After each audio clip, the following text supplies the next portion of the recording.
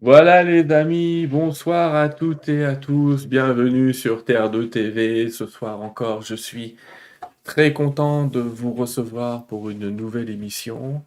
Je voudrais vous laisser le temps de vous installer dans cette pièce virtuelle. Je voudrais vous remercier parce que vous êtes de plus en plus nombreux à avoir cliqué sur le petit bouton qui doit être par là, qui est s'inscrire, suivre. Enfin, vous connaissez tout ça. Tous ceux qui sont sur leur chaîne vous rappellent de vous inscrire si vous voulez connaître les prochaines interviews, pardon. Je voudrais déjà sincèrement vous remercier parce que, vous savez quoi, j'ai YouTube qui m'a envoyé un mail il y a une semaine en me disant que la chaîne Terre 2 TV vient de dépasser 5 millions de vues. Alors c'est grâce à vous avant tout. Alors je voudrais vous en remercier parce que c'est un petit cap quand même, 5 millions, ça fait quand même pas mal de gens, hein. Alors, merci à vous aussi pour l'accueil que vous avez réservé à mon dernier invité, hein. C'était Stécie Tremblay. Avec lui, il y a 15 jours, nous avons parlé d'hypnose régressive et de communication déjà avec notre conscience supérieure. On a parlé il y a un mois aussi avec Caroline Cory, que je veux vous remercier encore de l'accueil que vous lui faites, parce que je regarde tous les jours un nombre de vues assez impressionnant. Ce soir, on est dans une émission internationale, les amis, vous en rendez pas compte, mais on est vraiment dans une émission internationale parce que je suis au Québec, vous êtes en France, vous êtes dans les îles, vous êtes en Suisse, vous êtes en Belgique, j'ai pas mal de personnes du Portugal, là, d'après ce que je suis en train de voir. Et puis ce soir, eh bien, on est avec Carmen qui est au Mexique. Bonsoir Carmen. Bonsoir, Sylvain. Je suis ravie d'être avec toi et avec ton auditoire. Merci beaucoup. Carmen de Sèvres, tu es une très grande médium du Mexique. Et pour ceux qui en doutaient, on va en parler longtemps ce soir. Alors, je te remercie vraiment, vraiment de ta présence ici. Tu vois, je viens de dire que tu es au Mexique et tu parles un français impeccable parce que tu as travaillé pendant longtemps avec des Français, tu as vécu avec un Français très longtemps. Et c'est cool, ça va nous éviter une petite traduction. Et c'est pour ça que je trouvais génial de pouvoir parler à quelqu'un qui est à la fois au Mexique, qui connaît tout ce qui se passe là-bas et qui parle un français impeccable. Donc merci. Voilà, merci. J'essaierai quand même de Oh bah parler. tu vas réussir. Tu... Non, parce que on a déjà discuté longtemps, on a lu tes entretiens, j'ai tout vu. On a regardé beaucoup de choses. Et je te dis, c'est impeccable. Donc ne t'inquiète pas pour ça. Merci. Carmen, je vais te situer un peu avant de voir ces deux livres-là dont on va parler juste après. Situer un peu. Tu es quelqu'un qui a écrit ces deux livres qui sont Une voie vers la lumière et S'éveiller vers l'infini. Voilà, je les ai mis dans l'ordre. Une voie vers la lumière et S'éveiller vers l'infini. Ces deux livres dont on va parler ce soir, les amis, si vous regardez on va en reparler après. Ces deux livres-là ont été traduits dans beaucoup de langues et ils existent dans beaucoup de pays. Alors, moi, je voudrais déjà te remercier d'avoir accepté, entre guillemets, ces publications, de le revoir dans plein de pays et de le voir en France. Donc, merci à toi déjà. Rien. Au Je contraire, profite. Pardon? non, je dis au contraire, c'est pour moi un plaisir que je puisse euh, avoir ce livre en plusieurs langues, Et n'est-ce pas? qui se propage très très bien. Alors, Ibacom, c'est les éditions d'Isabelle de Brémond-Dars qui est avec nous ce soir et que je remercie. Et je tiens absolument déjà à lui dire qu'elle a des éditions de haute qualité. À remercier aussi, j'en profite pour remercier tous les éditeurs avec qui je travaille. Ils sont nombreux, mais sans eux, je dis pas qu'il n'y aurait pas d'émission parce que vous me proposez plein de sujets, mais je découvre des gens absolument merveilleux. Et qu'est-ce que ça aurait été dommage de passer à côté de toi, Carmen? Qu'est-ce que ça aurait été dommage de rater ces deux livres qui sont là. Je vous les remontre quand même à plat sur ce petit écran. S'éveiller vers l'infini, une voie vers la lumière. Alors, moi, je vais commencer un petit peu comme je commence d'habitude, Carmen, c'est par te demander, dans cette histoire de médium, comment ça s'est passé chez toi, entre guillemets, la médiumité, puisque tu m'as expliqué que tu as travaillé pour Dior pendant des années, et puis là, on va parler ce soir de quelqu'un qui parle aux morts, qui parle aux guides. Mais comment t'es passé d'un monde à l'autre? Ça n'a pas été facile. Mais tu sais, quand j'ai travaillé chez Dior, avec Dior, au Mexique, tout d'un coup, j'ai commencé à avoir cette médiumnité, c'est-à-dire j'ai commencé d'une façon que je ne conseille à personne, parce que c'est très, très dangereux. J'ai commencé en jouant avec la Ouija, et c'est comme ça que je suis rentrée en contact avec l'au-delà. Alors, au début, ce qu'on a comme voix, c'est le bas astral, c'est-à-dire des âmes qui ne sont pas dans la lumière par différentes raisons. Il y a, c'est ce qu'on appellerait, c'est ce que on comprend comme l'enfer et le purgatoire. Dans l'enfer, ce sont les êtres qui ont nié leur propre lumière et la lumière de Dieu, c'est-à-dire qu'ils n'acceptent pas qu'il y a un être supérieur à eux. Ça, c'est l'enfer, mais c'est volontaire. Et le purgatoire, je dirais, ces âmes qui sont perdues, qui ne savent pas quoi faire, pourquoi, parce que il y a ce qu'ils trouvent, c'est différent de ce qu'ils attendaient. Alors, ils sont perdus, ou bien ils sont très attachés à la vie qu'ils viennent de quitter, ou bien ils sont, parce qu'on est là où notre pensée est. Donc, si on meurt assassiné et qu'ils veulent la vengeance, il y a beaucoup, beaucoup de raisons par lesquelles ils restent là. Mais bien sûr, ils sont toujours aidés. Aidés des guides, des êtres de lumière qui viennent leur convaincre de chercher la lumière. C'est la même chose que je fais. Mais au début, on entre en contact avec des entités très méchantes en général. C'est pour ça que la médiumnité n'est pas facile. C'est tout ce que je peux te dire. Pour toi? La médiumnité n'est pas facile. Donc, j'allais dire, je te dis, Carmen, on a un tout petit souci de son. Peut-être qu'à un moment, je vais te demander de te déconnecter, de te reconnecter, mais on verra tout à l'heure. C'est pas très grave. On t'entend bien, mais il y a comme un petit bruit derrière métallique qu'on n'avait pas tout à l'heure, mais ça peut s'arrêter. Donc, tu es en train de me dire que bah, tu travailles chez Dior et d'un seul coup, tu te mets. Alors, par le Ouija, c'est drôle parce qu'on a commencé pareil et tous les deux, on dit la même chose, c'est pas le truc à faire. Alors, on a commencé comme ça, mais on vous le dit, c'est pas le truc à faire. Vous savez, le Ouija, c'est cette planche allemande, c'est le Ouija en fait. Hein, on met des lettres, on met des planches, on joue avec un verre ou la planchette et on a des messages. Et effectivement, moi aussi, j'ai commencé à entendre des trucs en travaillant cette histoire-là. Pour autant, c'est pas la voie royale. Donc, ce que t'expliques, c'est que tu te mets à entendre, à percevoir ces entités, on va les appeler comme ça pour le moment. Mais pour autant, est-ce que c'est une raison pour quitter Dior? C'est ça la question que je te pose. Absolument, tu sais. Je ne pouvais pas écrire et m'occuper d'une affaire. Enfin, moi, si je m'occupe d'une affaire, c'est vraiment que je m'occupe. Parce que c'est pas une chose et l'autre. C'était deux situations très différentes. Alors, j'ai arrêté Dior et je me suis mis à écrire, à recevoir et surtout à aider tous ces personnes, tous ces êtres qui sont au bas astral, à les aider à trouver la lumière. D'accord. Et, entre autres choses, mais c'est surtout de recevoir des messages qui étaient très intéressantes.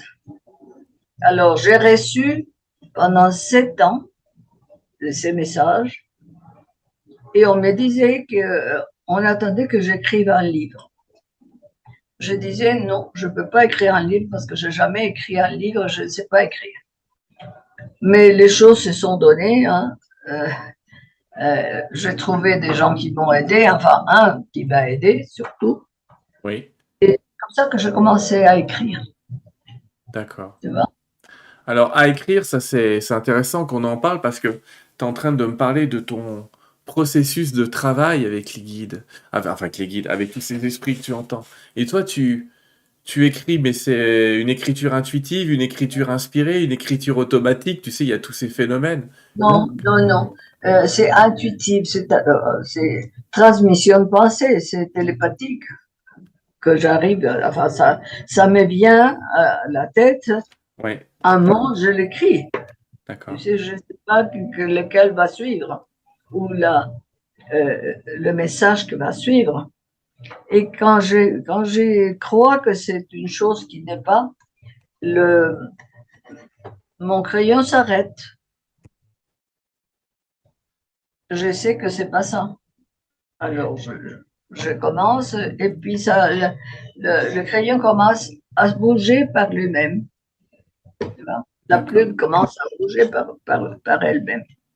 d'accord. Et fait le mot qui était celui qu'on voulait me dire.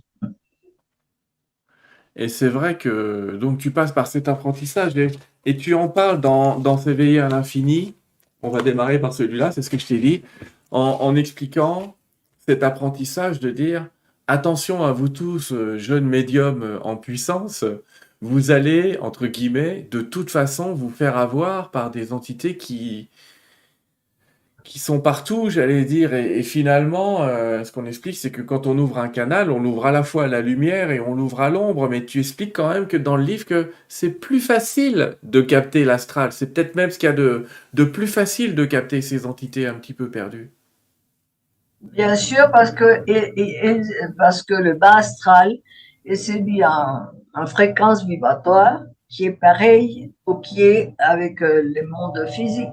Hmm. Donc, si tu ouvres la fenêtre, tu ouvres la porte, c'est là, c'est la même fréquence vibratoire que tu vas trouver. Hmm. Alors, c'est pour ça que je conseille, et ce que j'ai fait, il faut élever la fréquence. Et comment, on me demande? Comment est-ce qu'on élève la fréquence vibratoire? D'abord, en se mettant comme, disons, un service de l'infini, un service Ouais. du créateur. Et ensuite, par la prière ou la méditation, enfin, essayer de monter, d'élever la fréquence. Alors, bien sûr, si vous élevez la fréquence, vous êtes dans un autre plan vibratoire et ils ne peuvent pas vous attaquer. D'accord. Techniquement, est-ce que tu as la possibilité de mettre des oreillettes ou pas? Je n'ai pas. Non? Ou Pourquoi? de parce que je pense que c'est ce qu'on entend, le bruit qu'on entend autour de toi, c'est une espèce d'écho de ton ordinateur qui revient dans le micro. C'est un peu bizarre. C'est un peu bizarre parce qu'on l'avait pas tout à l'heure. C'est vrai qu'avant d'enregistrer, on l'avait pas. Puis là, on a cet Je ne écho. sais pas pourquoi. Bon, écoute, c'est pas très grave, Carmen. On va continuer quand même. Alors, c'est bien que tu dis prière pour élever la vibration. Mais est-ce que tu as...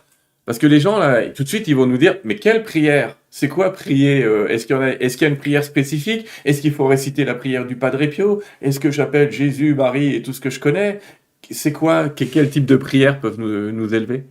C'est-à-dire que la prière, les gens croient que c'est dire Notre Père ou dire, ou, je ne sais pas, demander surtout des choses parce que je voudrais, Hmm. mon Dieu, aide-moi.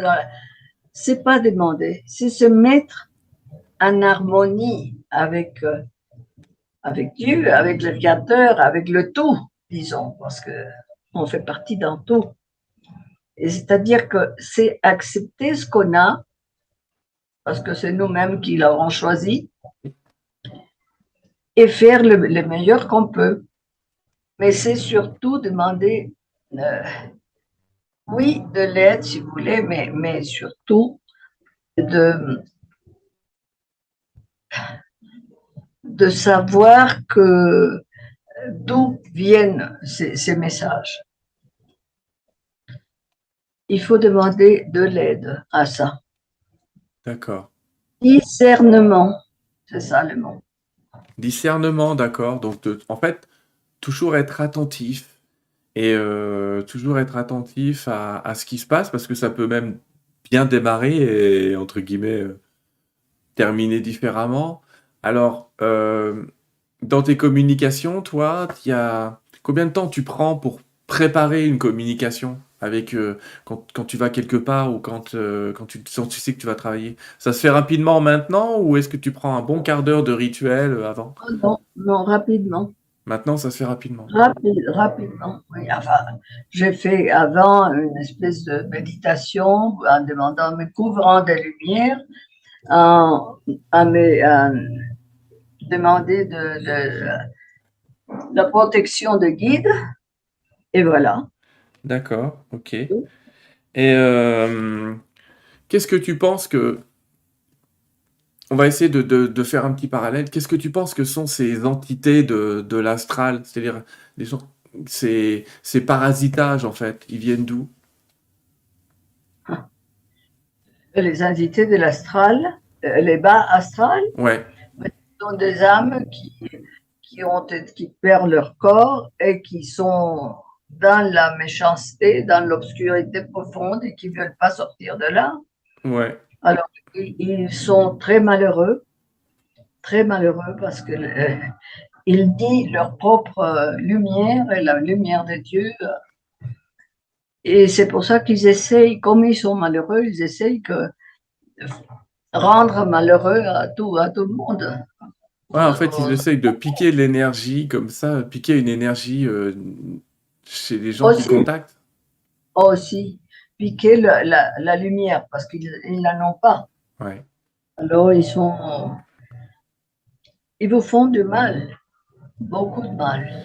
Et Et, je peux te dire que j'ai eu ces entités des gens, des jeunes qui entendent le voix, que eux entendent les voix, qui les ont amenés, j'ai deux cas qui les ont amenés au suicide, à ce point-là.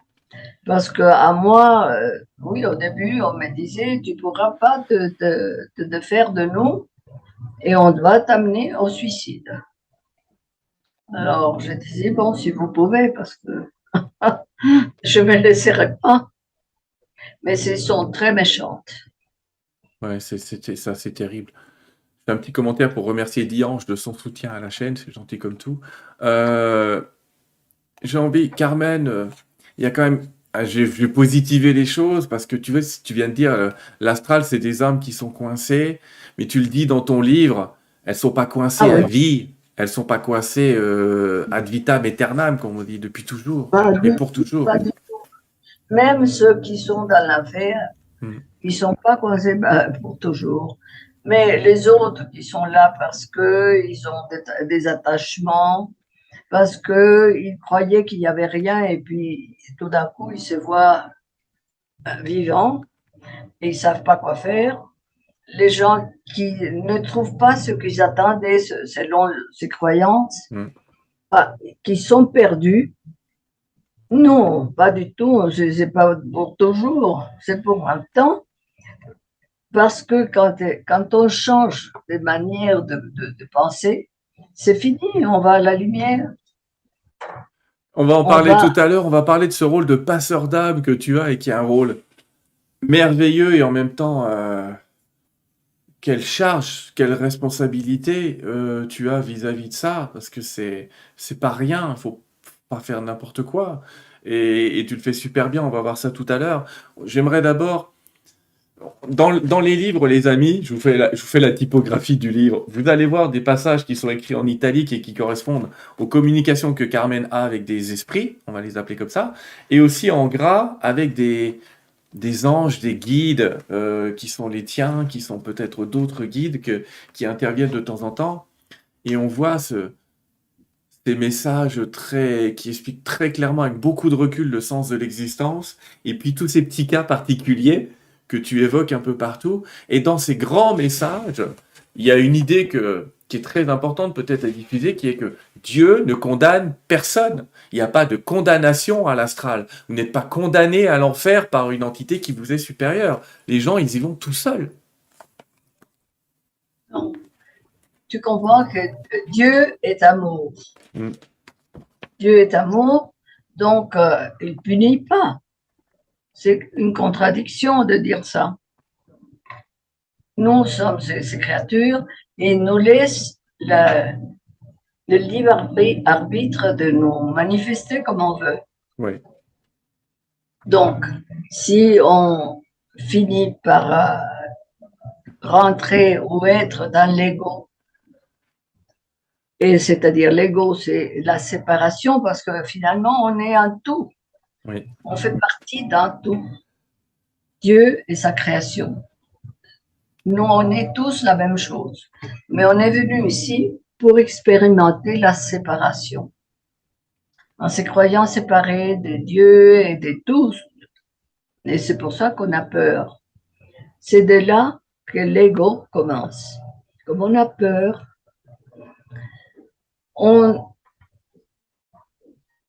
cherche à se démarquer, par exemple.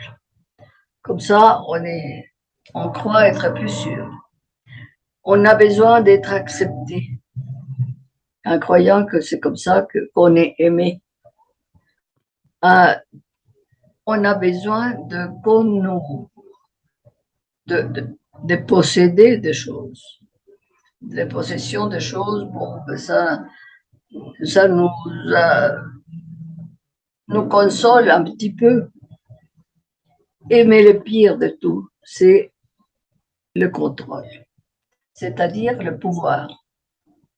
Seulement le pouvoir, plus on a du pouvoir, plus on est séparé de tous, de nos conjoints.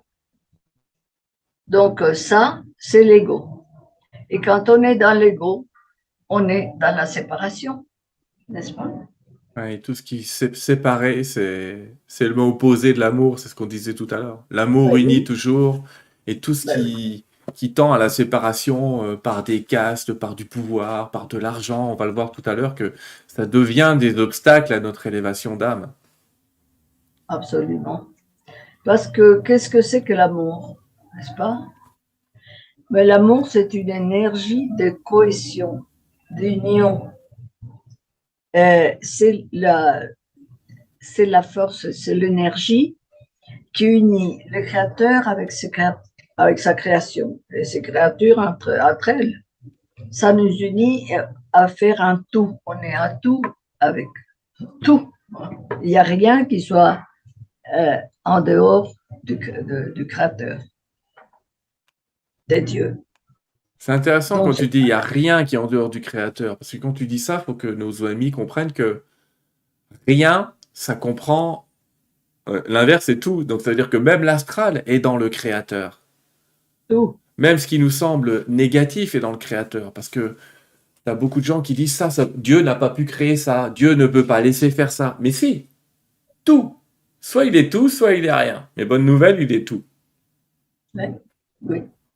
Parce que, je te dirais, l'obscurité, c'est ce qui crée la dualité, le bien et le mal, n'est-ce pas? Mais en réalité, la seule chose qui existe vraiment, c'est l'absolu, la lumière, Dieu. Oui. Mais l'ombre, disons, disons que fait son travail, mais l'ombre finit par disparaître avec la lumière. La lumière est beaucoup plus forte que l'ombre. C'est une grande nouvelle que tu nous donnes là pour le futur. Parce qu'il y a beaucoup de gens qui ont l'impression que l'ombre est partout en ce moment. Non, elle est tant que la lumière n'arrive pas. Mais la lumière Tu est peux déjà pas. là. Eh oui, la lumière est là. Mais l'ombre, c'est une des expériences, même, disons, du créateur. Parce que c'est celle qui provoque la dualité, n'est-ce Et pas? provoquer la dualité, c'est ce que t'expliquent tes guides. Provoquer la dualité, c'est provoquer l'apprentissage de l'amour. C'est presque Absolument. on est presque forcé à une évolution à travers ce contraste. On peut pas être dans un confort d'incarnation. Les gens qui disent je voudrais qu'il m'arrive rien. Bon bah attendez de l'autre côté. Mais dans ce monde, il va vous arriver des choses, il va vous arriver des événements qui ont tous le même but, aimer, apprendre à aimer plus, apprendre à lier plus, à se relier plus.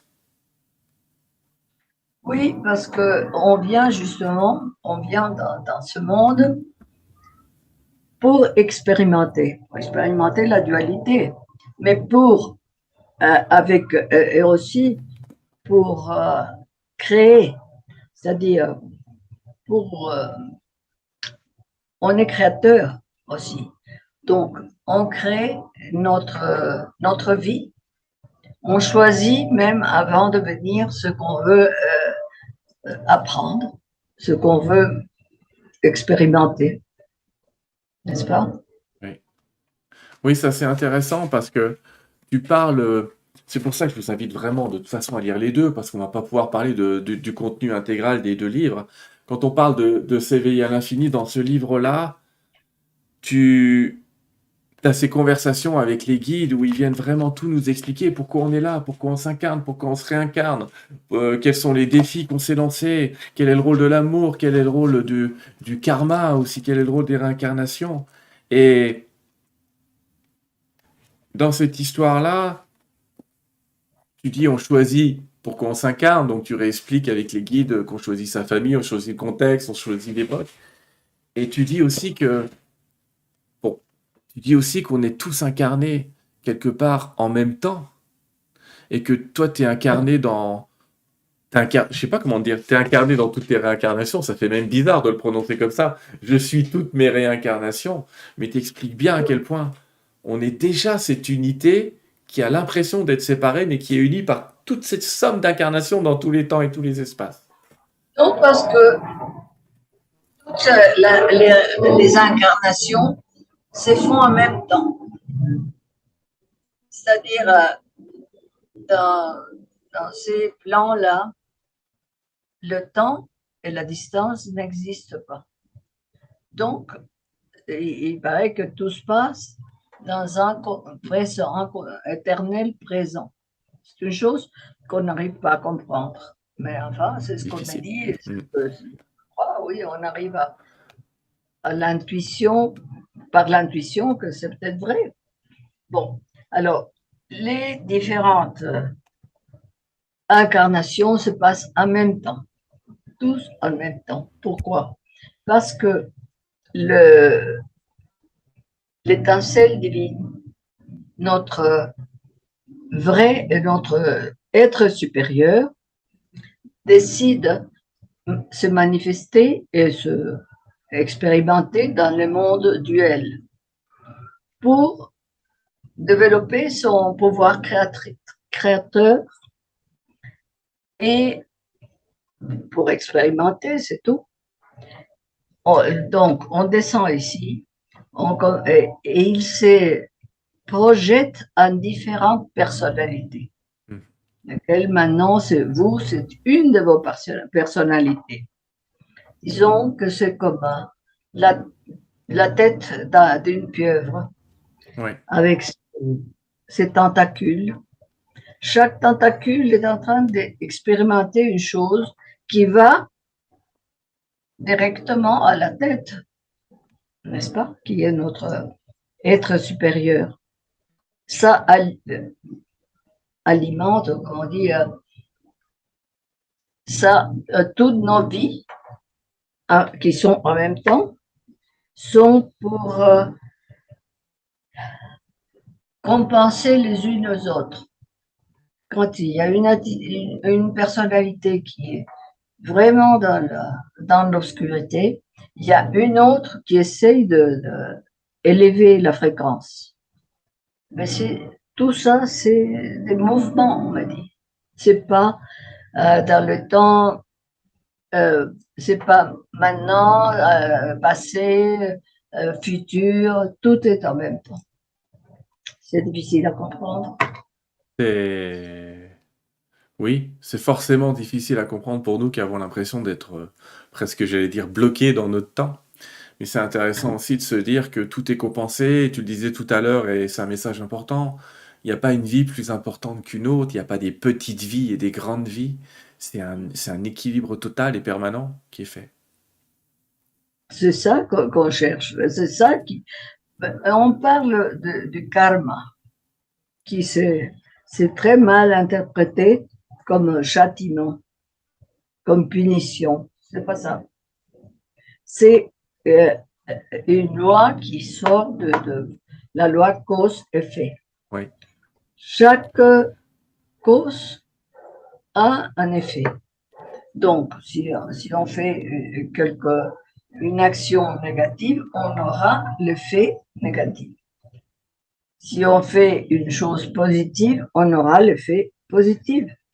Alors, on me dit que c'est absolument en même temps.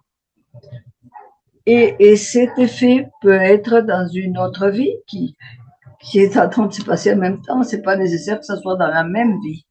mm. C'est ça qu'on me dit. C'est impressionnant. Donc, t'expliques que le karma, il est réduit à zéro en fait en permanence et qu'on est tous en train de s'aligner dans nos existences. Ce que j'explique effectivement à travers un autre livre. Euh, Carmen, qu'est-ce qui, qu'est-ce qui fait?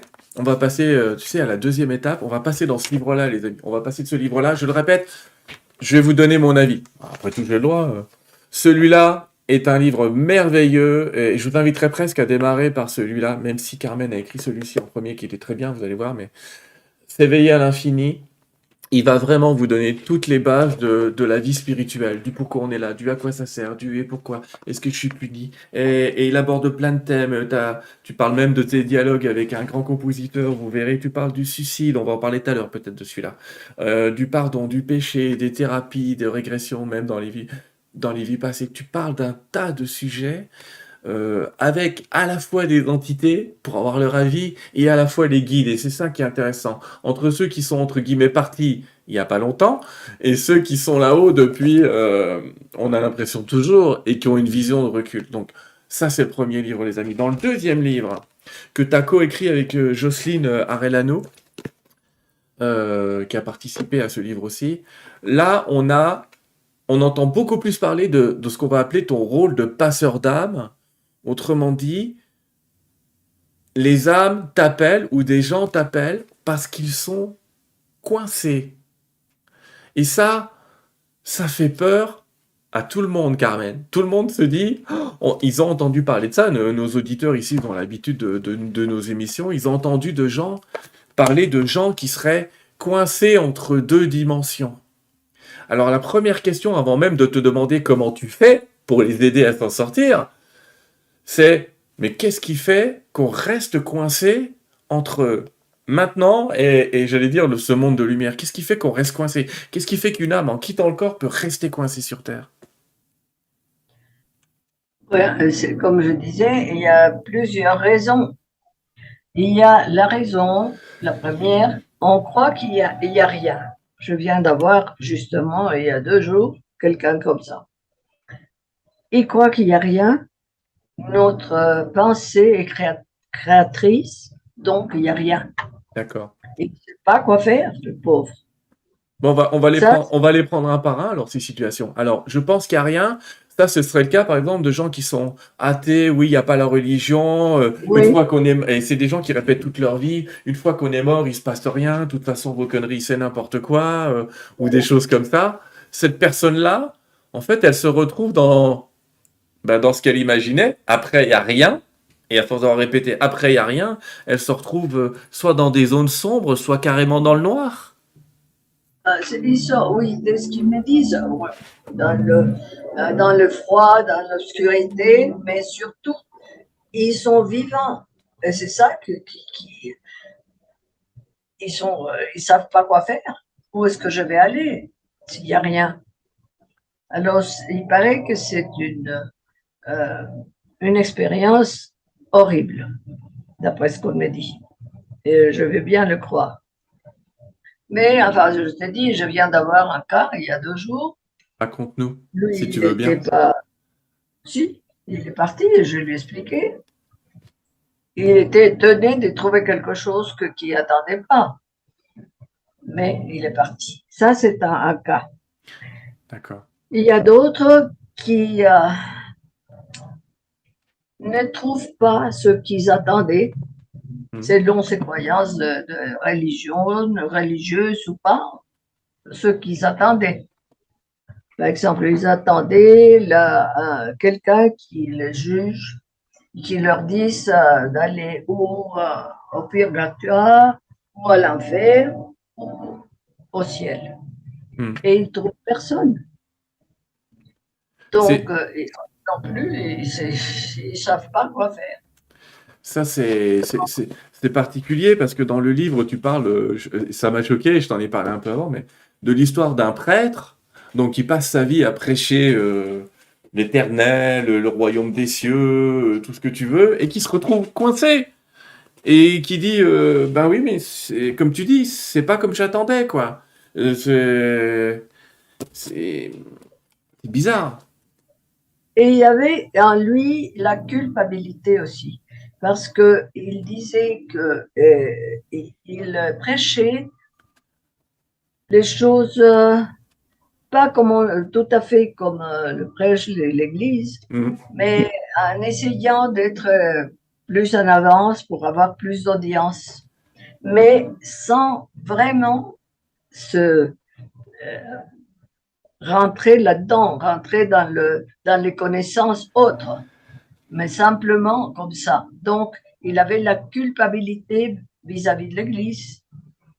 Et en plus de ça, il trouvait personne pour les juger. Il était absolument perdu.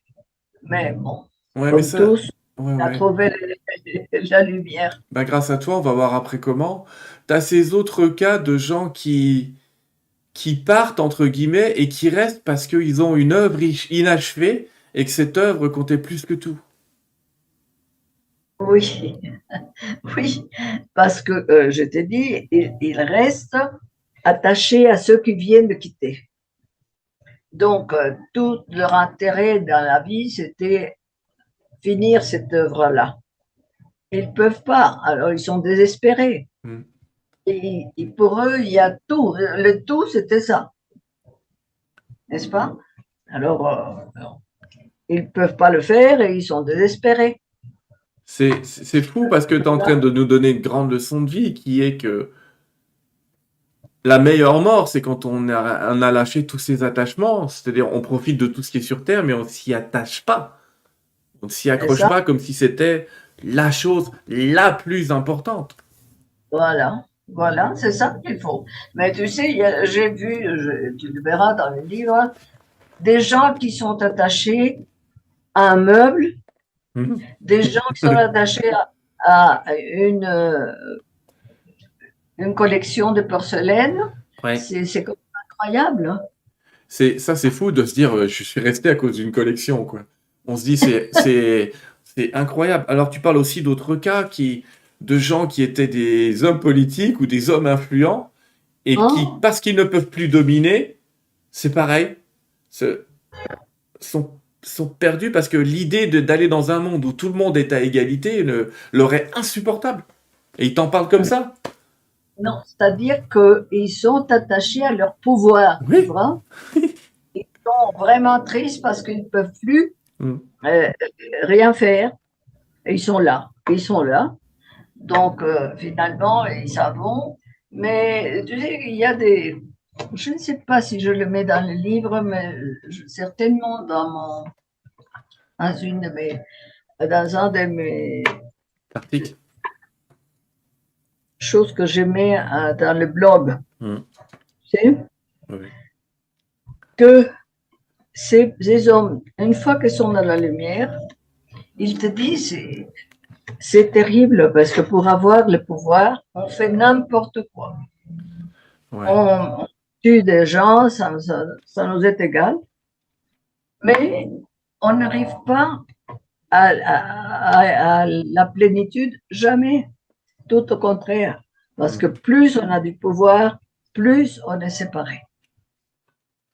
C'est vrai, on est séparé parce que les gens qui t'entourent veulent quelque chose Ouais. avoir à travers toi, n'est-ce pas? Le pouvoir humain, mais c'est aussi, ça peut, il n'y a pas que ce pouvoir sur les humains, il y a aussi presque les dons et capacités, où des gens ont des dons et capacités sur Terre, et ils ont peur de perdre, de les perdre de l'autre côté.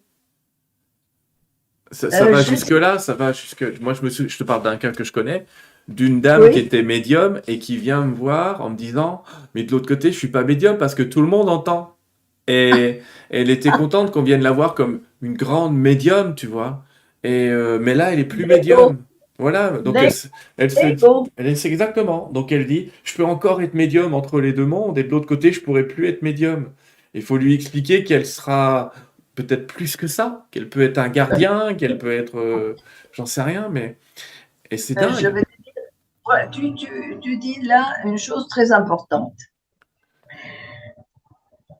Le fait d'être médium, que les gens veulent être médium parce que Ouais. j'entends, oh, je vais, comment est-ce que je peux faire pour avoir la médiumnité?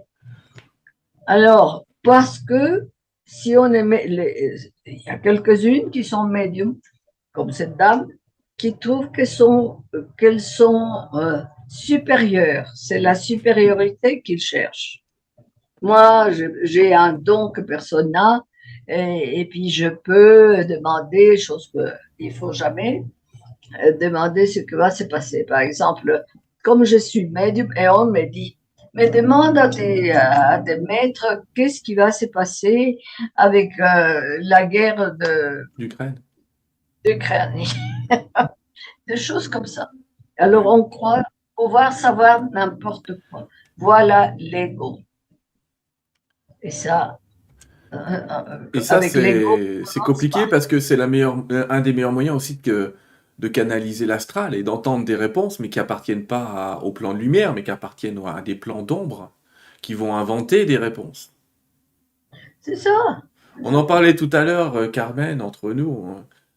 On disait attention, les guides de lumière, parce que moi aussi on me fait le coup, ah, tu parles aux guides, ils savent tout sur tout. Non.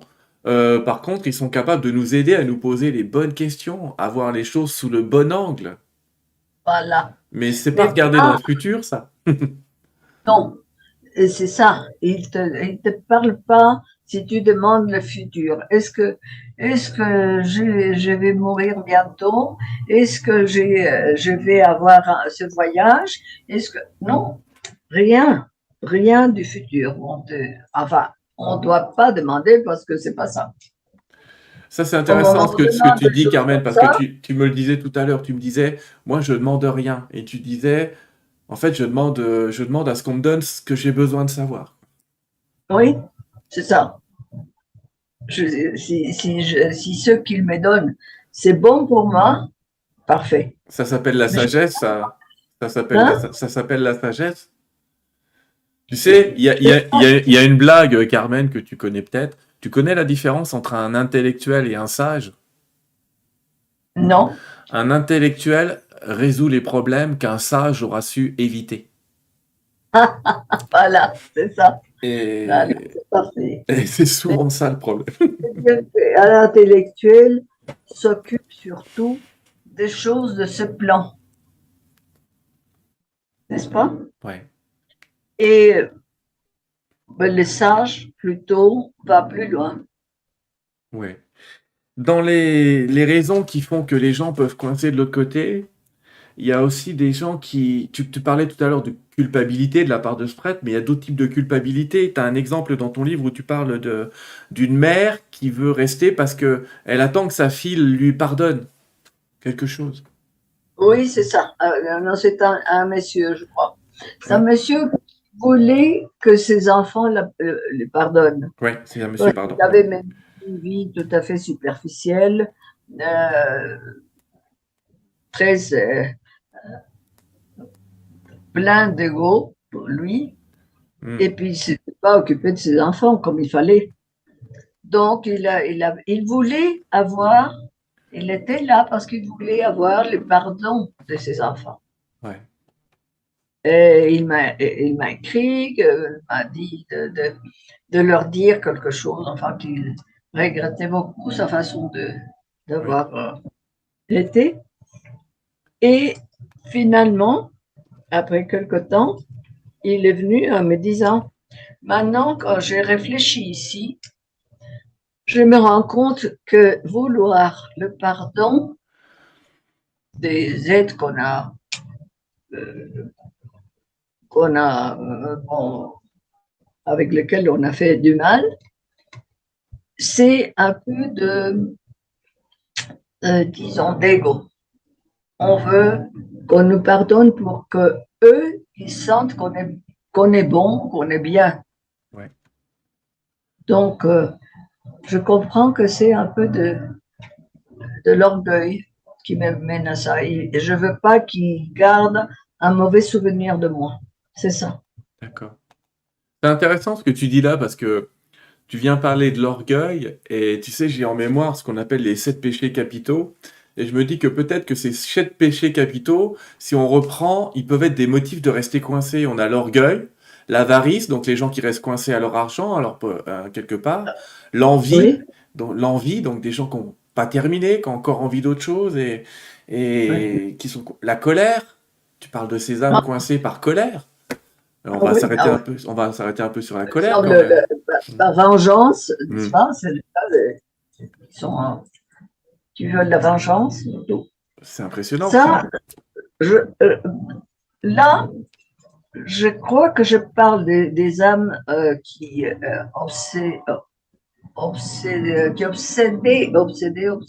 Obsédé, ouais, c'est ça. obsédés, non? Ouais. Oui. Qui j'ai enlevé pas un, hein, pas une, plusieurs de ces entités. Ouais. Donc Et qui, là, c'est des possessions, ouais, carrément. Ouais. si, c'est pas exactement de position, les positions sont pires.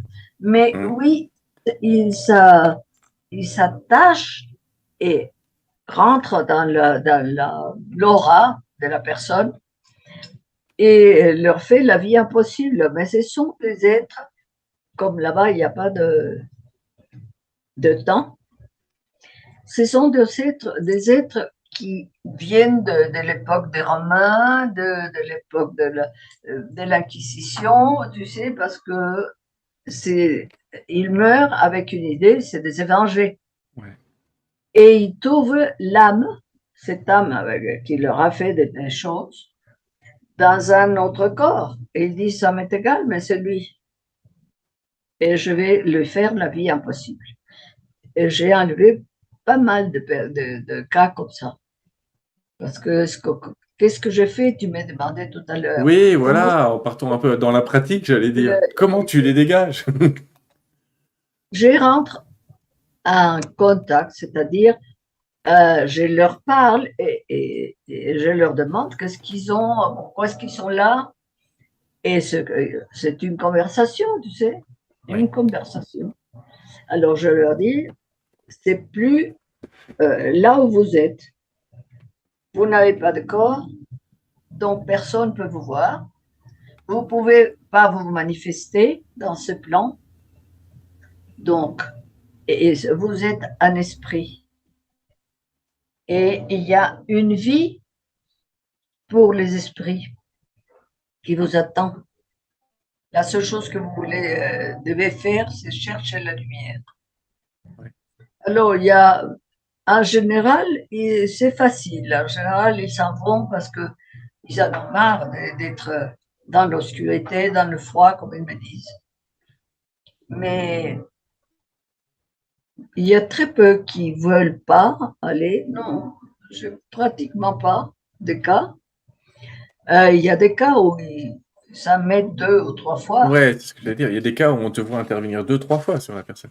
Oui, Le temps qu'elle mais même, réfléchisse, le temps qu'elle réfléchisse. même plus. Ouais. J'ai eu les cas d'une actrice très belle qui avait beaucoup de succès. Celle-là m'a coûté, je ne sais pas combien de fois, mais facilement 2 mois, 2 ou 3 mois. Ouais. Mais c'est pas toujours comme ça. 2, maximum 3 fois. Et t'as toutes ces âmes, je trouve ça magnifique quand on te lit toutes ces âmes qui, il y a rien et tout. Et souvent tu dis, je leur envoie de l'amour. Et elles le sentent.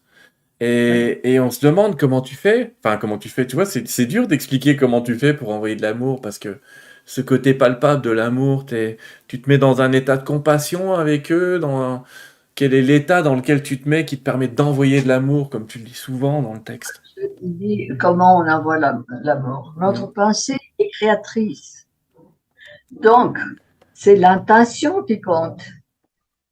J'ai l'intention je ferme les yeux et j'ai l'intention d'envoyer cette, cette énergie qui est amour. C'est une lumière, de lui envoyer une lumière rosée. Ouais. Et ça leur arrive, ils me disent, je ne sais pas ce que tu m'envoies, mais c'est très agréable. Ouais, c'est ce qu'on lit souvent. Je sais pas ce que t'envoies, mais ça me fait du bien, c'est agréable, continue. Oui, et puis ça les pousse, ça les détache de la basse vibration d'ici. Tu vois? Tu vois, ça m'amène à une question que beaucoup de gens se posent et qui disent quand quelqu'un est mort, est-ce que prier pour lui, ça va l'aider à partir ou est-ce que ça l'accroche à la terre? Non, pas du tout, absolument. Parce que ça leur sert beaucoup, les prières. Parce que qu'est-ce que c'est qu'une prière? C'est l'intention qui compte. C'est pas les mots.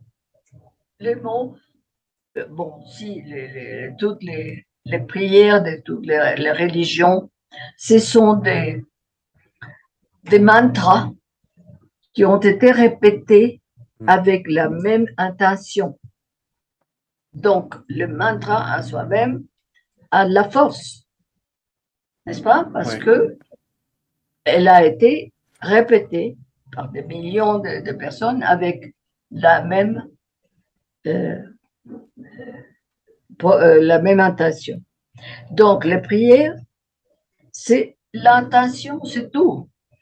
Même vous pouvez faire une messe, comme vous pouvez faire n'importe quelle prière dans n'importe quelle euh, Religion? religion. D'accord. Parce que dans toutes les religions, on te dit de prier pour les morts.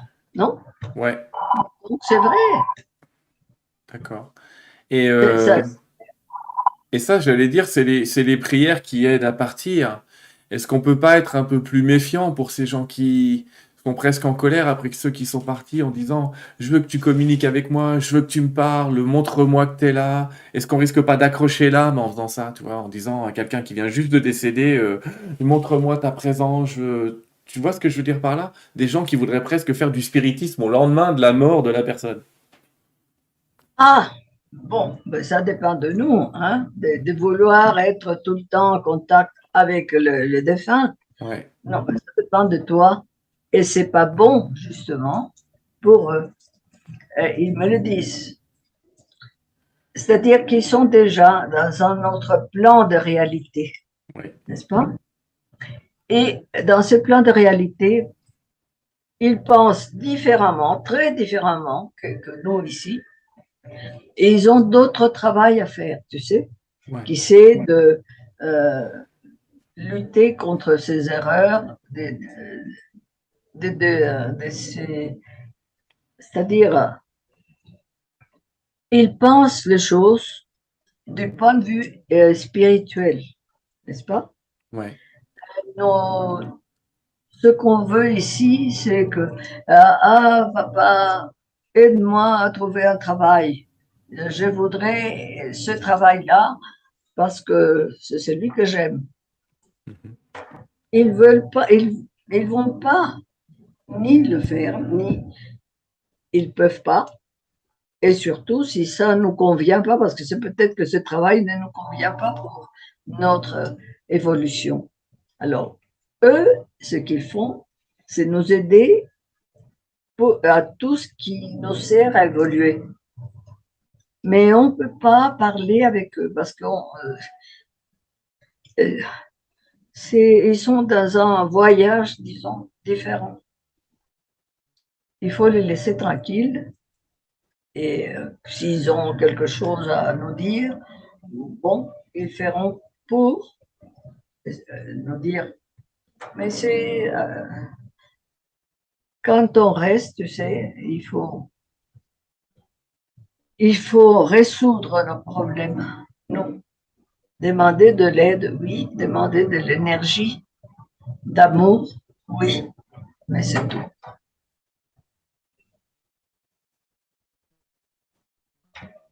Ah, je t'entends pas. Oh, Ouais, c'est parce que j'ai pas remis mon micro, pardon. Donc je disais, prier pour l'autre, c'est merveilleux quand c'est une intention qui l'aide à monter. Et là où ça peut être un petit peu attachant, c'est quand on prie pour soi égoïstement, en disant je veux que tu parles, je veux que tu sois là, je refuse que tu t'en ailles.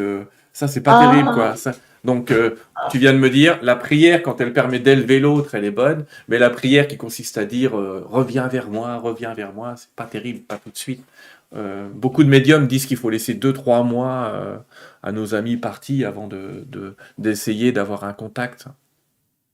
ben oui, c'est surtout, je veux te dire, que ces histoires de pourquoi tu t'es parti, je veux que tu restes, tout ça, c'est une énergie qui les retient et c'est pas bon. Hmm.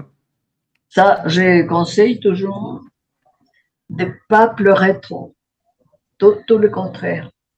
On est triste, ça, on ne peut pas autrement, mais plutôt les aider à partir, les aider Ouais, ouais. à aller là où ils doivent être. Tu sais, Carmen, on est triste en Occident parce que dans d'autres pays, on fait la fête quand certains meurent.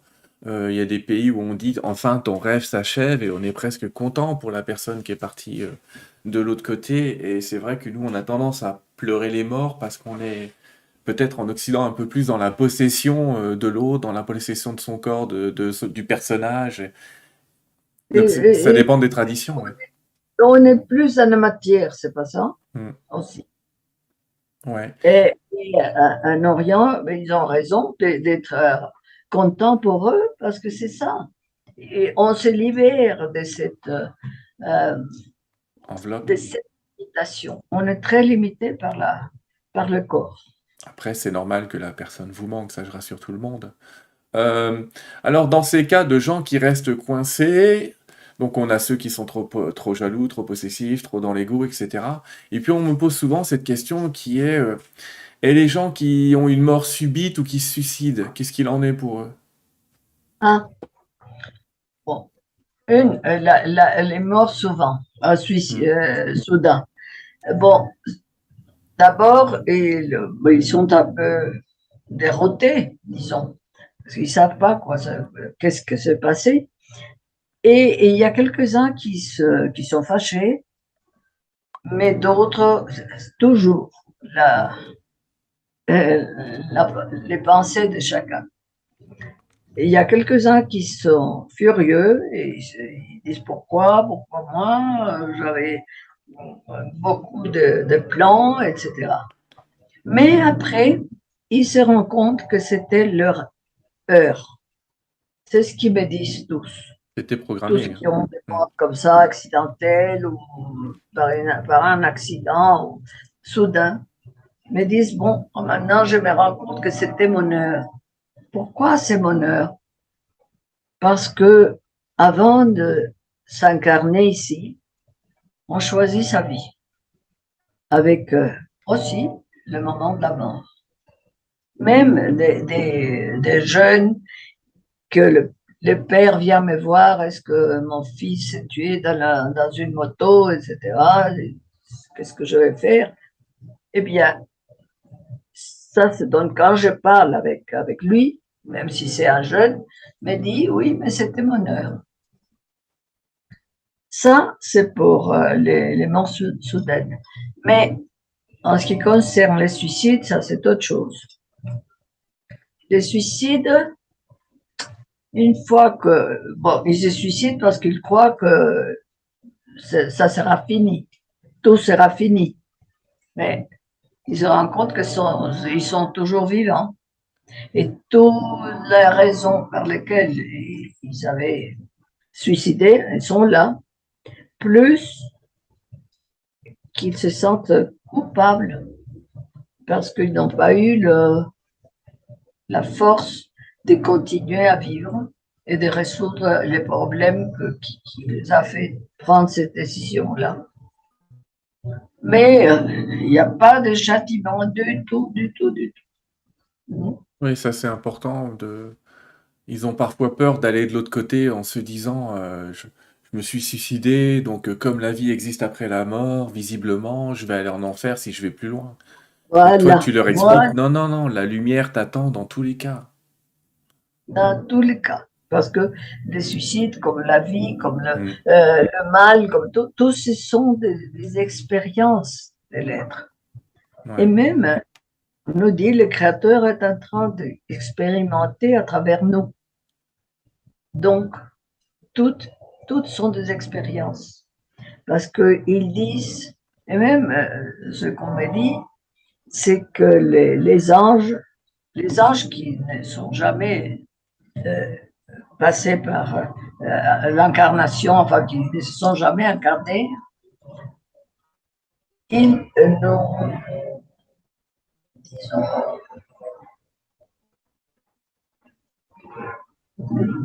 trouvent que nous avons, quand on finit la troisième dimension, ils nous trouvent très courageux. Parce qu'on a passé par cette expérience qu'eux, ils ne passent pas. ouais. Celle de la dualité Celle de la dualité, qui est quand même justement. pas une expérience simple puisque elle nous im elle nous impose de regarder tout ce qu'on n'est pas, j'allais dire. Elle Oui, nous impose de regarder tout ce que ouais, je peux pas le dire autrement, c'est la meilleure définition, tout ce qu'on n'est pas, tout ce que nous ne sommes pas. Et c'est vrai que c'est pour ça. eux, ils vous disent: «Vous êtes bien courageux, quoi», parce que on pourrait apprendre entre guillemets dans le monde des bisounours, mais ils nous expliquent aussi que l'apprentissage dans un monde duel, entre guillemets, dans la matière est un accélérateur de croissance spirituelle. Que ça permet à une âme d'évoluer plus vite, de passer dans ce passage-là. C'est surtout que ça nous permet des expériences merveilleuses. Parce Mmh. que ce qu'on que pourquoi est-ce qu'on descend? Pourquoi est-ce qu'on veut descendre? Parce que le retour vers Dieu, c'est merveilleux. Ouais. Et c'est la véritable joie, c'est celle du retour, ouais. C'est ça. C'est compliqué à comprendre, c'est compliqué à comprendre. Tu sais, dans ce que tu évoques, tu es en train de nous dire que toutes les morts accidentelles, que ce soit des accidents, des meurtres, parce que je vois qu'on parle des meurtres là, correspondent à des âmes qui te disent: «C'était mon temps, c'était mon heure, c'était prévu comme ça», et je suis d'accord avec toi, j'ai reçu les mêmes messages. Pour les suicidés, on s'aperçoit que certains sont coincés, mais pas tous, il y en a quand même qui passent, et se pose tout de suite cette question du: «Est-ce que tu es capable aujourd'hui avec ton expérience de donner une proportion de gens qui restent coincés ou pas après la mort?» Ça, je ne pourrais pas te dire parce que j'ai aucune idée. Enfin, je ne vois pas tout le monde qui est mort. Mmh. Je vois simplement ceux Quand tu que croises, ouais. C'est j'aide. c'est impressionnant, alors, je vais rassurer tout le monde, ce sont, dans ce que les guides m'ont dit ou dans ce que j'ai reçu d'autres médiums ici, ils me disent tous que ce sont des cas relativement rares, et je le dis aux gens Oui, parce que quand ils vont lire ton livre, il y a tellement de cas différents qu'ils vont avoir l'impression qu'il y en a une infinité. Il y en a énormément, ça je suis d'accord avec toi, il y en a énormément et il y en a dans tous les pays, et croyez-moi, tous les passeurs d'âme du monde entier ont du boulot pour un bon bout de temps. Mais c'est pas la majorité parce qu'il y a beaucoup d'êtres qui meurent et qui sont directement récupérés par, s'ils étaient coincés, par absolument. des guides et des anges. Absolument. Il y a énormément de gens qui ne savent pas, enfin, meurent, mais ils disent, bon, moi, je suis vivant, euh, ils cherchent Dieu, ils disent, mon Dieu, amène-moi chez toi. Ouais, Ils s'en vont tout de suite. c'est intéressant ça. Donc t'expliques que de l'autre côté, les amis, on peut encore prier. Et j'ai même envie de dire, vous êtes encore plus entendus qu'ici. Oui, Donc on peut oui, continuer à faire des demandes de l'autre côté, tout en sachant que effectivement, on vous a donné avec Carmen, mais son livre est tellement plus complet, Une voie vers la lumière, sur ce sujet-là. Moi lisez-le. Moi, je vais vous dire un truc, si vous faites partie de ceux qui ont peur de rester coincés, là, lisez ça. Lisez Une voie vers la lumière, parce que vous aurez tellement de cas différents qui vont quand même vous donner un travail de l'âme, un travail de l'esprit à faire pendant que vous êtes sur Terre, pour quand même lever ces obstacles au maximum avant de partir, même si Carmen va nous expliquer qu'on peut de toute façon rejoindre la lumière en permanence. Donc Ah lisez oui. ça, vous aurez énormément d'exemples. On n'en a cité que quelques-uns, mais il est tellement complet ton livre. Et puis, je répète, il y a ton avis, il y a aussi l'avis des guides et il y a l'avis de la personne qui s'en va. Ça, c'est rare dans une lecture de trouver ces trois voix-là. La voix de l'humaine que tu es et qui fait son travail, la voix de l'esprit, de l'entité, et puis la voix des guides qui, derrière, vient de temps en temps donner ses petits conseils généraux sur ce qui se passe Ah autour. oui, nous donne de l'enseignement, disons, Mm. l'enseignement de choses spirituelles profondes. Et grâce à ça, c'est vrai, ça nous aide, non? Ça Oui, nous aide à comprendre ce qu'on est en train de faire ici. ça nous aide un petit peu à changer notre vision sur les événements, à prendre beaucoup de Il y a recul. une autre raison, figure-toi, que tu n'as pas dit. Oui. Les gens qui se sentent indispensables. Ah. C'est-à-dire, je meurs et qu'est-ce qu'ils vont faire sans moi, Mm. n'est-ce pas? J'ai le cas là d'une dame que son fils était une personne très, très importante. Mm. Alors, ses filles sont venues me voir parce que elle disait, nous sentons notre mère qui est morte depuis 9 ans. Et alors, je ne sais pas, on ne sait pas quoi faire. Bon, j'ai commencé à parler avec elle et elle m'a dit, je ne vais partir nulle part parce que je dois continuer à m'occuper de mes enfants. Mes filles, heureusement, font ce que je leur dis. Et mon fils, s'il est arrivé si haut, c'est grâce à moi. Tu vois là un ego terrible. Ouais. Et finalement, elle est partie, mais il y a des cas vraiment incroyables. Là, l'ego est puissant, mais on retient aussi que c'est vrai qu'une mère qui part alors qu'elle a encore des jeunes enfants peut se poser cette question-là avec moins d'ego et plus de compassion, et pour autant, elle peut rester accrochée. Tu Oui, comprends que c'est compliqué, c'est vrai, pour une jeune maman de se dire, quelqu'un qui meurt en couche, par exemple, n'ayant même pas pu voir son bébé ou rien, oui, effectivement, ce sont des choses pas faciles, oui. prier pour elle, comprendre, les guides de toute façon lui expliqueraient que le bébé va être pris en charge et que ça faisait partie de son plan, ce bébé. Euh, ça crée plein d'obstacles. Est-ce que tu es prête, Carmen, à prendre quelques questions? Oui, Allez, parce que cette rencontre, ça fait déjà plus d'une heure, 1h10 qu'on discute de tout ça et c'est merveilleux. Ah, ça hein, passe vite, hein. On pourrait parler de milliers de cas et c'est pour ça que je réinvite tout le monde à regarder S'éveiller à l'infini et puis Une voie vers la lumière de Carmen. Ces deux livres, donc, je répète, hein, parus aux éditions Ibacom. Ibacom, vous le trouverez partout. Je vous conseille le site de l'éditeur que j'ai mis en bas.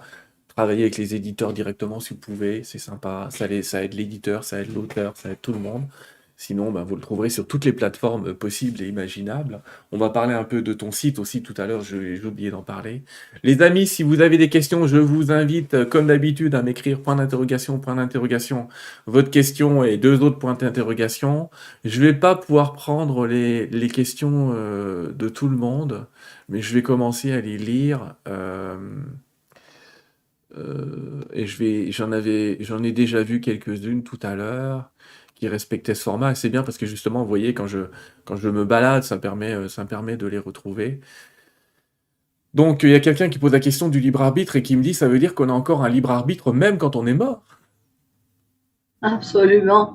Et le libre arbitre est bien plus, il est meilleur quand on est mort que quand on est vivant, parce que on choisit sa vie, c'est-à-dire que ça dépend ce qu'on veut apprendre, on veut expérimenter. Donc, on organise la vie qu'on va avoir. Hmm. C'est là où il y a le libre arbitre. Parce que, bien sûr, avec les problèmes qu'on aura, les obstacles que c'est pour les surmonter, c'est pour ça, et devenir plus fort, avancer spirituellement. Hmm. Donc, c'est là où on exerce le libre arbitre. Une fois qu'on est ici, si on l'exerce dans le cas ou bien on fait ce qu'on s'était proposé ou pas, Ouais, n'est-ce pas? ouais, ouais, je comprends ça. Virginie nous demande, c'est une question un petit peu peut-être difficile, mais on va y répondre tous les deux, ça va aller. On dit qu'on vit plusieurs vies en même temps, effectivement, et que se passe-t-il si une des âmes avec lesquelles on est connecté est dans le bas astral? Est-ce qu'elle va empêcher les autres d'avancer, d'évoluer? Est-ce qu'une des âmes auxquelles on est attaché peut être dans l'astral? Comme je disais, toutes les vies ont d'influence, disons, comment te dire, dans dans dans le soi total, non? Dans le Ouais, soi. Et bien sûr, il y a une de nos vies qui est dans le bas astral. Oui, ça tire les autres, n'est-ce pas? Mais c'est pour ça qu'alors les autres vies essayent de de compenser. compenser. Ouais. C'est-à-dire qu'effectivement, ça aura un aspect de poids, ça peut, ouais, ouais. Et puis, souvenez-vous aussi, les amis, si vous avez une entité qui est dans le bas astral, vous en avez peut-être une autre qui est dans le haut astral et qui peut l'équilibrer aussi. Mais c'est encore un autre cas. Alors, j'ai une question ici qui est que je comprends, Betty, qu'on se pose tous, c'est lorsqu'un défunt ne passe pas dans la lumière, pourquoi son guide ou un proche défunt ne l'aide pas? Pardon? Je n'ai pas Lorsque compris. la question c'est quand quelqu'un passe dans la lumière, quelqu'un demande pourquoi est-ce que son guide ou un proche défunt ne l'aide pas? Pourquoi est-ce qu'il est abandonné? Parce qu'on pourrait se dire pourquoi les guides vont pas le chercher? Pourquoi est-ce que quelqu'un qui est déjà mort avant lui va pas le chercher? Ah, ils viennent toujours nous chercher. Mais on veut pas les Les, voir. les êtres de lumière et même des, quelquefois des parents qui viennent, mais seulement on les écoute pas toujours. On les écoute pas ou on veut pas les voir parce que comme tu as dit, le libre arbitre est Oui, tellement fort dans l'astral que si vous êtes quelqu'un qui a passé sa vie à dire oh mais il y a rien après la mort, vous ne verrez même pas ceux qui viennent vous chercher. Parce que ben vous c'est ça, resterez dans votre définition du y a rien, du c'est pas c'est possible, ça. du c'est pas vrai. Et vous risquez de pas les Oui, voir. et surtout de l'ego, parce Ouais. que de ne pas accepter qu'on s'est trompé. Qu'on s'est trompé et qu'on a besoin d'aide. Et alors, Euh, on vous le répète aussi, les amis, hein, dans la question que vous posez là, pourquoi les guides et la famille ne viennent pas le chercher? Mais dans 99% des cas, des gens coincés, ils vont être, entre guillemets, récupérés par la lumière, par des guides, par des anges. Avec Carmen, on vous parle des 1% de cas, pourtant très nombreux sur la planète, qui eux sont encore coincés. Mais dans 99% des cas, tout va bien. Euh, Est-ce que c'est une question peut-être sur après l'au-delà, mais tu peux y répondre parce que tu parles des couples dans le livre. Et cette question de Annie, elle est, est-ce que les couples qui se sont aimés vraiment se retrouvent dans l'au-delà?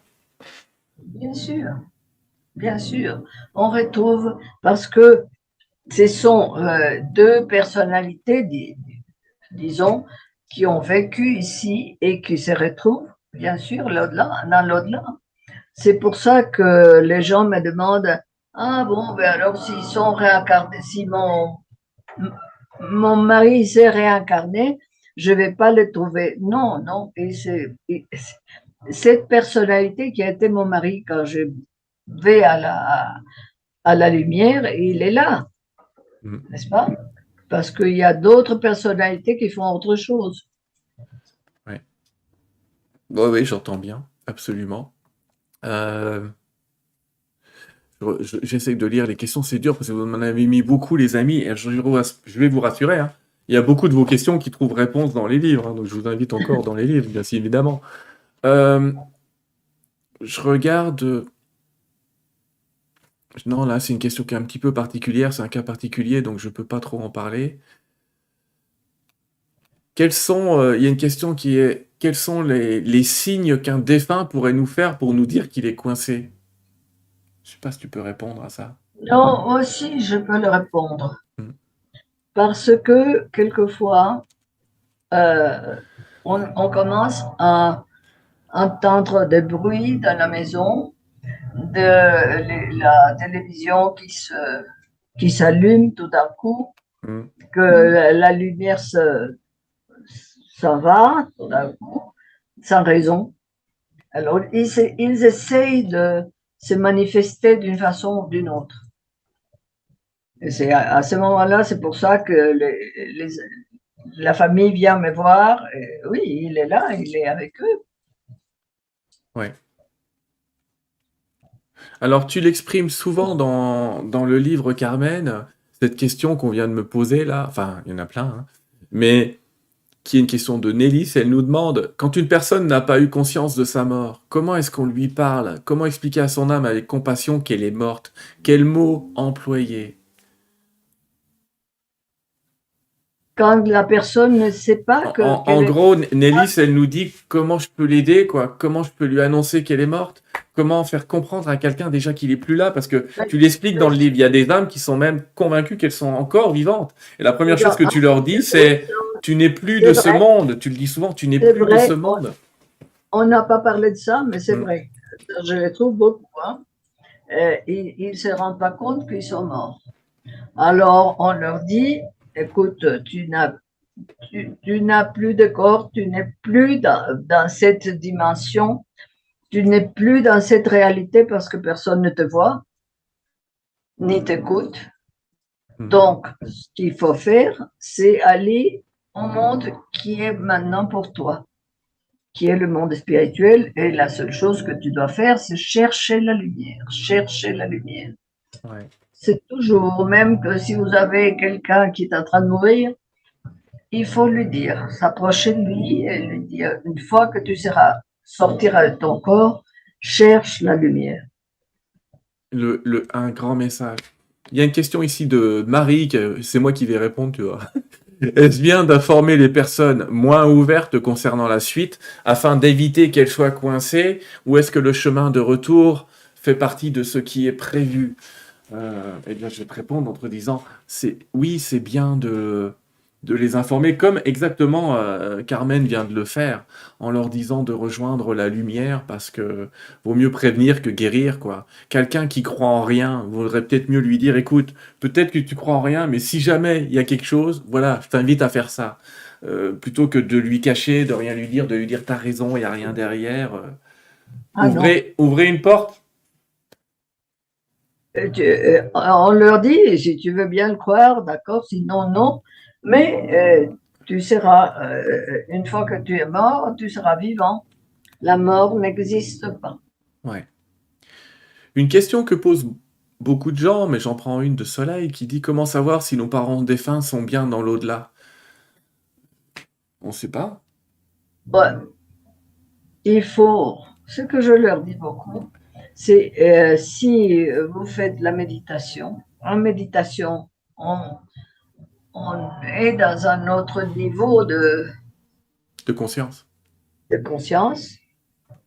Et là, on peut envoyer de la lumière à la personne qu'on ne sait pas si elle est partie ou pas. Lui dire, parler avec elle parce qu'il nous entend toujours. Et si on sent la tristesse toujours, mais si on sent la paix, une paix, c'est parce qu'ils sont dans la lumière. Ouais. Et les amis, souvenez-vous quand même, je tiens à vous le redire, et je le répète encore, dans 99% des cas, tout va bien. Donc ne croyez pas que vos parents sont dans l'exception. Ils sont probablement dans la généralité. Graziella, elle pose une question qui est proche de peut-être d'une attaque de l'astral et qui demande qu'est-ce qu'on fait quand une âme d'une autre vie ou notre existence nous tire vers le bas?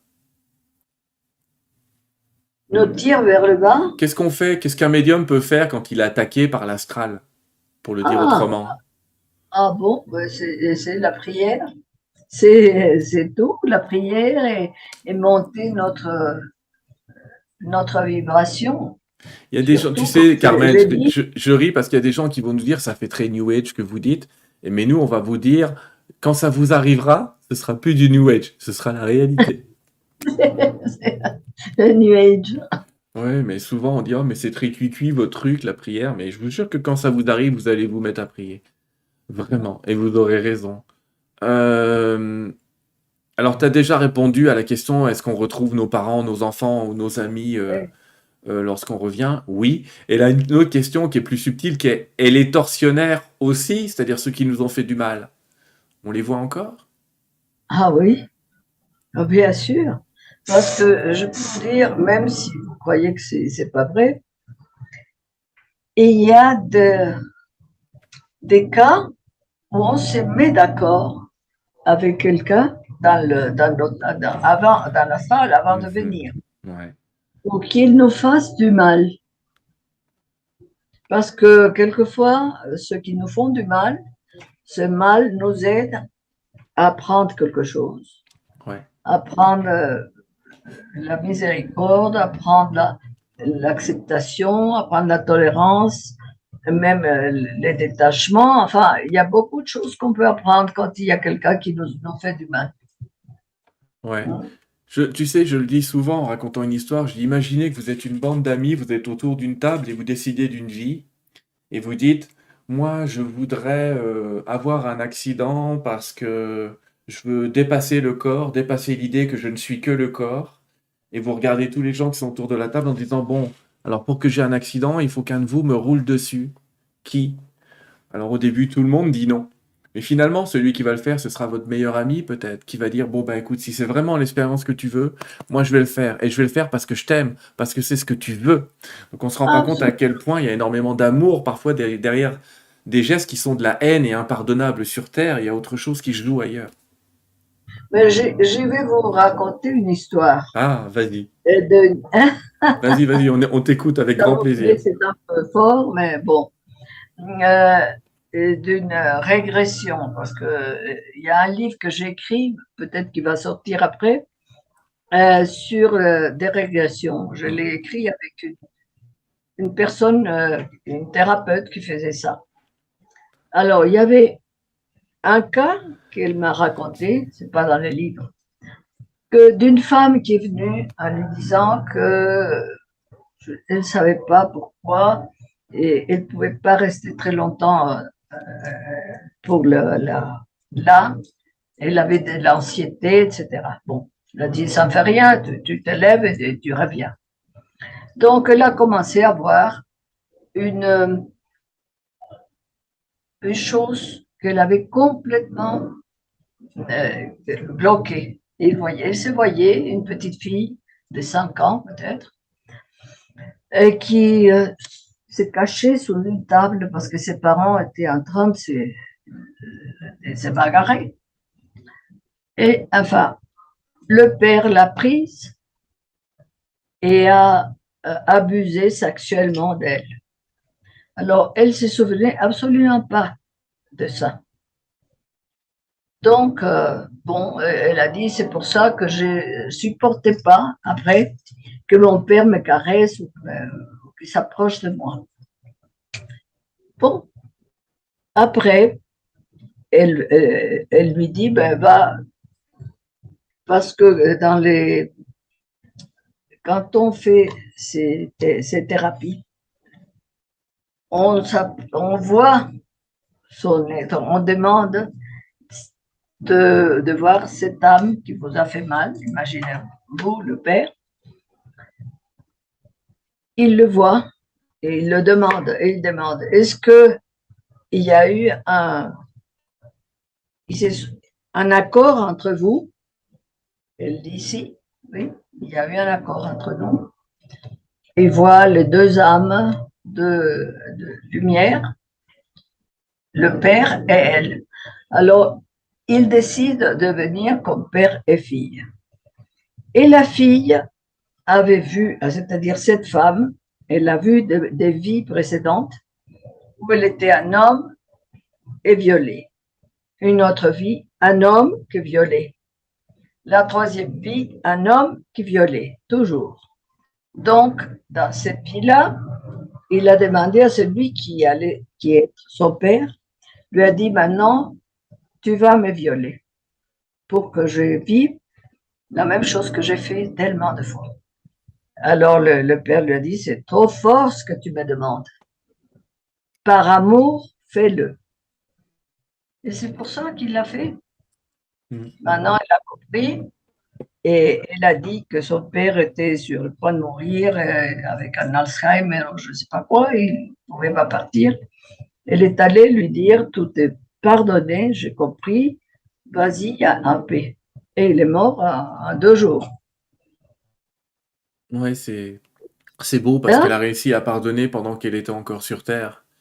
Oui, Mais de l'autre côté, vous l'auriez compris quand même. Et comprenez, les amis, qu'évidemment, il y a des choses qui semblent impardonnables sur Terre et que nous entendons, et Carmen et moi, comme impardonnables. Mais de l'autre côté, on ne connaît pas l'histoire, j'allais presque dire, mais on la connaît après. Alors, Bernadette, tu nous demandes, quand on parle aux défunts, est-ce qu'ils nous entendent? La réponse, oui, ils nous entendent la plupart du temps. Cécile me demande par contre, Carmen, comment est-ce qu'on peut savoir si on est un passeur d'âme? Est-ce qu'il y a des prédispositions? ouais, non, c'est pas une prédisposition parce que je peux vous dire que moi, la médiumnité, c'est apparu chez moi à 49 ans. Hmm, Hein. Alors, euh, c'est pas qu'on a une prédisposition, on l'a ou on l'a pas, la médiumnité, je pense. ouais. 20 ans, Et 20 ans que tu exerces ça. Et c'est pour ça que je dis souvent, ça peut arriver n'importe quand, oui, voilà. Comme tu dis, ça peut arriver n'importe quand. Et tu nous as expliqué à quel point finalement ça t'a fait passer d'une vie à l'autre. oui, C'est sûr que quand du jour au lendemain vous commencez à avoir ce type de phénomène, ne le cherchez pas quand même. On peut peut-être donner ce conseil aux gens justement de ne pas chercher absolument à vouloir contacter les défunts, de ne pas chercher absolument à vouloir les faire passer non plus. les faire passer, c'est simplement prier pour eux, leur parler parce qu'ils Mm. nous entendent là où ils sont, qu'ils soient dans la lumière ou qu'ils soient dans les bas astrales, ils entendent. C'est-à-dire, la communication est télépathique, n'est-ce pas? Et ils nous entendent, on doit leur dire, va à la lumière, ou bien simplement prier pour eux. Ce que je veux dire, c'est on peut aider nos proches, mais tu sais, il y a ce phénomène. J'ai fait une interview il y a pas longtemps de nos amis de The Believers qui font de la chasse aux fantômes, et tout le monde veut se mettre à faire de la chasse aux fantômes. Sauf qu'il faut prendre Oh, des précautions, et c'est pareil dans ce domaine-là, dans ton domaine qui est le passage d'âme. Non, c'est pas un jeu, c'est une vraie responsabilité. C'est une ah oui, véritable responsabilité. C'est pas un jeu. Si vous en non, faites un jeu, c'est l'Astral qui va gagner. Croyez-moi, il joue fort. oui. Ces entités qui sont dans l'astral bas.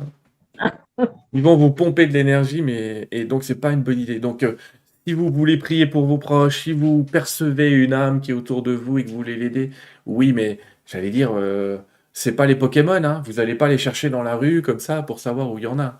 Donc, et Carmen, tu le disais tout à l'heure, toi, les entités t'appellent ou il y a des gens qui t'appellent, mais tu vas pas spontanément dans un lieu pour te dire, tiens, est-ce qu'il y a une âme qui a envie de passer?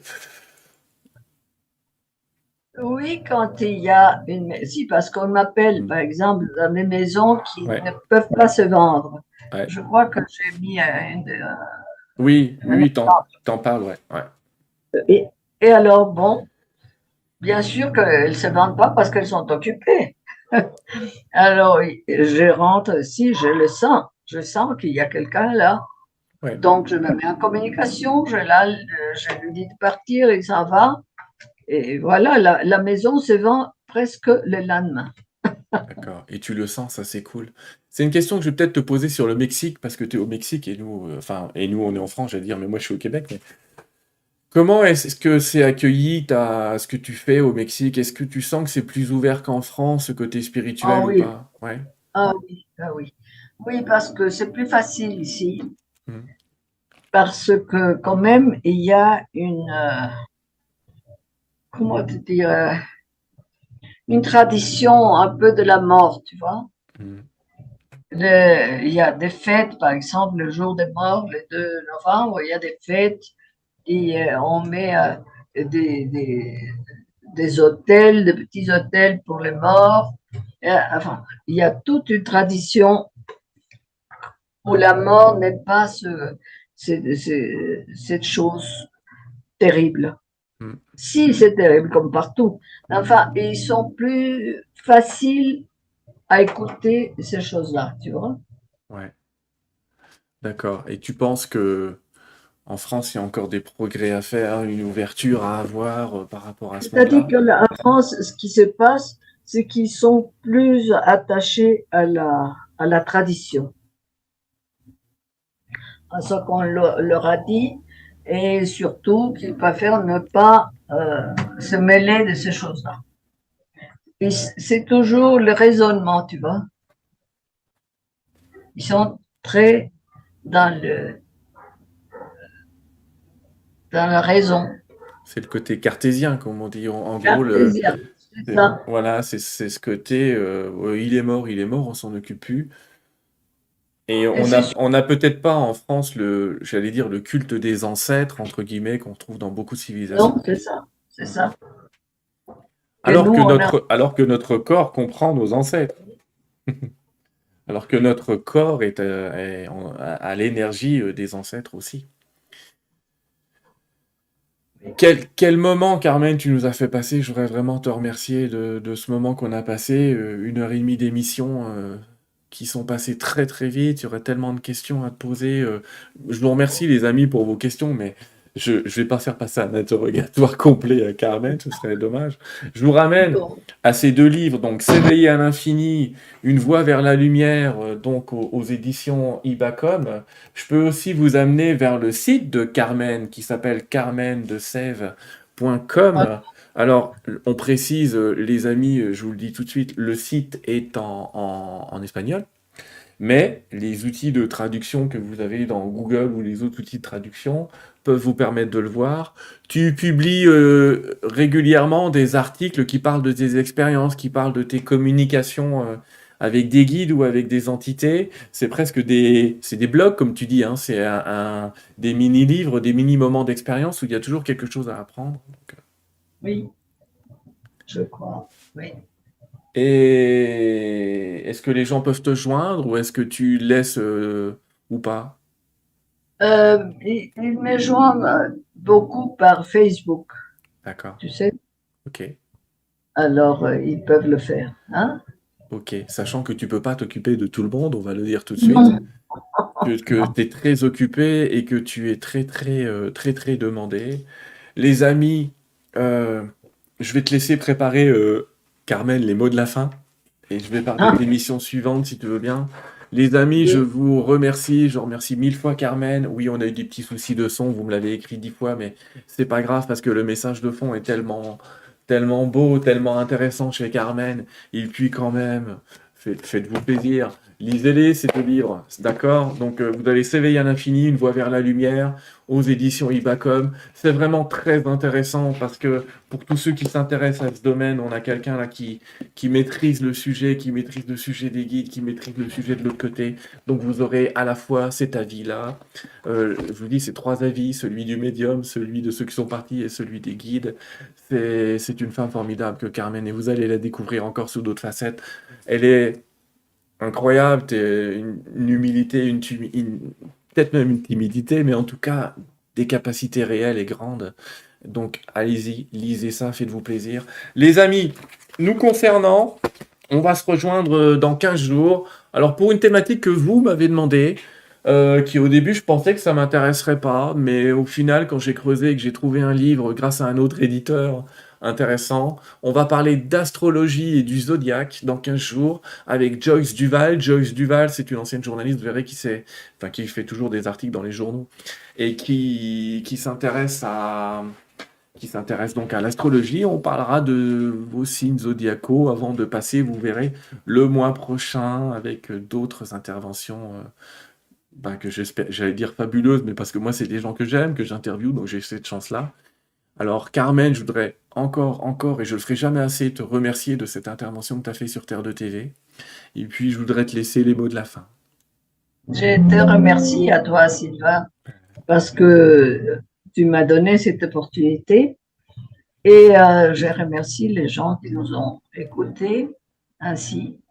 Je peux vous dire simplement que même si vous ne croyez pas tout ce qu'on a dit, je vous laisse un petit cadeau. le moment où vous allez sortir du corps. Et ça nous arrivera à tous. La seule chose que vous devez faire, c'est ne pas regarder tout ce que vous venez de quitter. Simplement chercher la lumière. Parce que dans le monde où on va, c'est plein d'amour, d'harmonie, de félicité. Alors, et de là, on peut faire beaucoup de choses. Mm. Merci beaucoup. Merci à tous. Au revoir les amis. Au revoir Carmen. Au revoir. Merci.